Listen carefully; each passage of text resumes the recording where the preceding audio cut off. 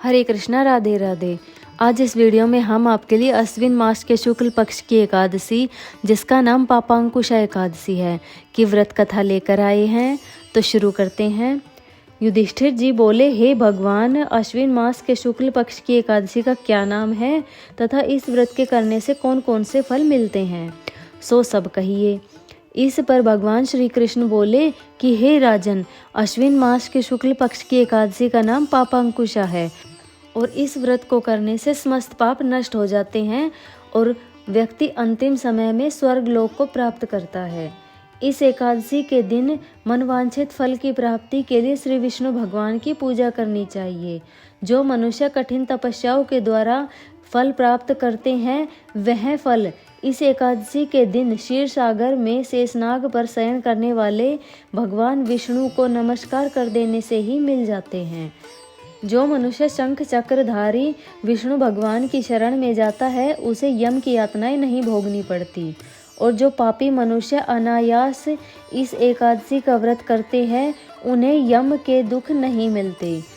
जो व्यक्ति विष्णु भगवान का भक्त हो और शिव जी की निंदा करे, अथवा जो शिव जी का भक्त हो और विष्णु भगवान की निंदा करे, ये दोनों व्यक्ति नरक को प्राप्त करते हैं।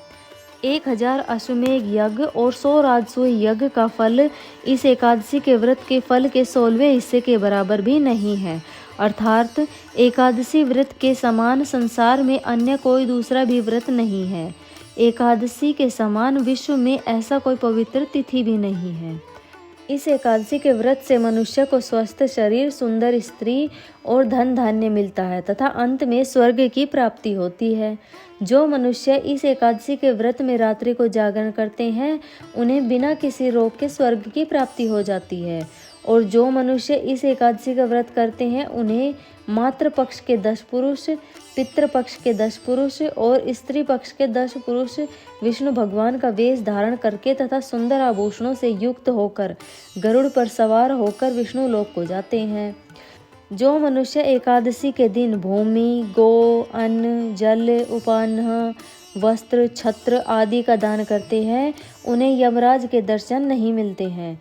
दरिद्री मनुष्यों को भी यथाशक्ति कुछ दान देकर कुछ पुण्य अवश्य ही पैदा करना चाहिए।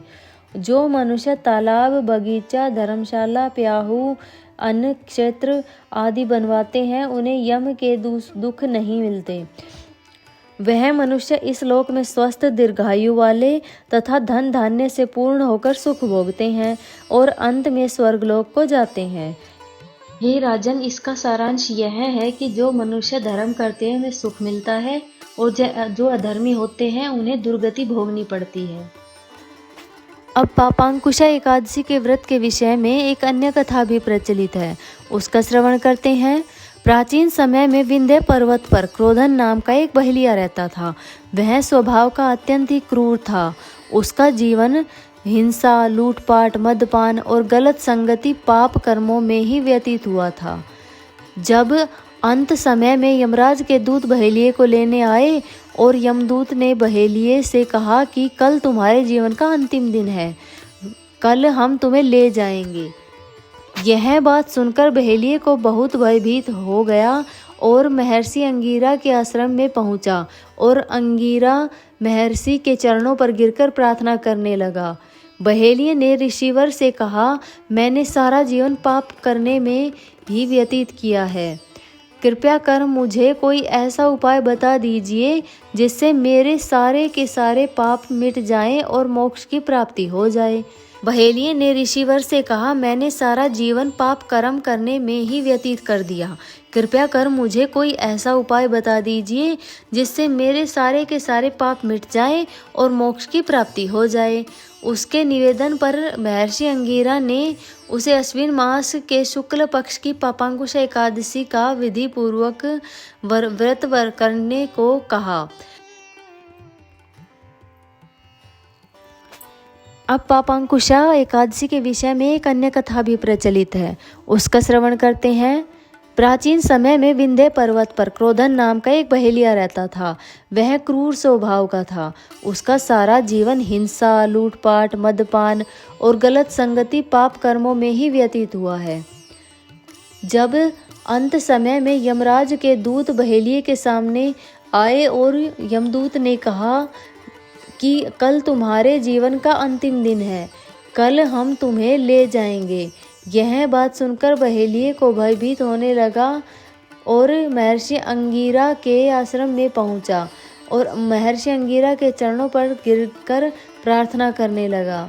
बहेलिये ने ऋषिवर से कहा, मैंने सारा जीवन पाप कर्म में ही व्यतीत किया है, अतः कृपया कर मुझे कोई ऐसा उपाय बता दीजिए जिससे मेरा अंत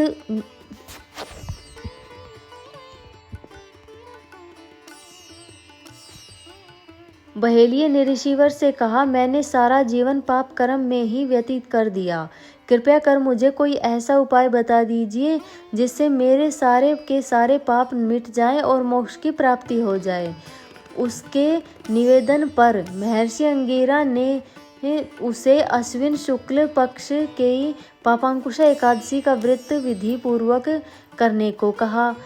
महर्षि अंगिरा के कहे अनुसार उस बहेलिये ने यह व्रत किया और किए गए सारे पापों से छुटकारा पा लिया और इस व्रत पूजन के बल पर भगवान की कृपा से वह विष्णु लोक को गया। और जब यमराज के दूत ने इस चमत्कार को देखा तो वह बहेलिये को बिना लिए ही तो इस प्रकार पापांकुशा एकादशी के व्रत की कथा का समापन यहीं होता है। हरे कृष्णा, राधे राधे।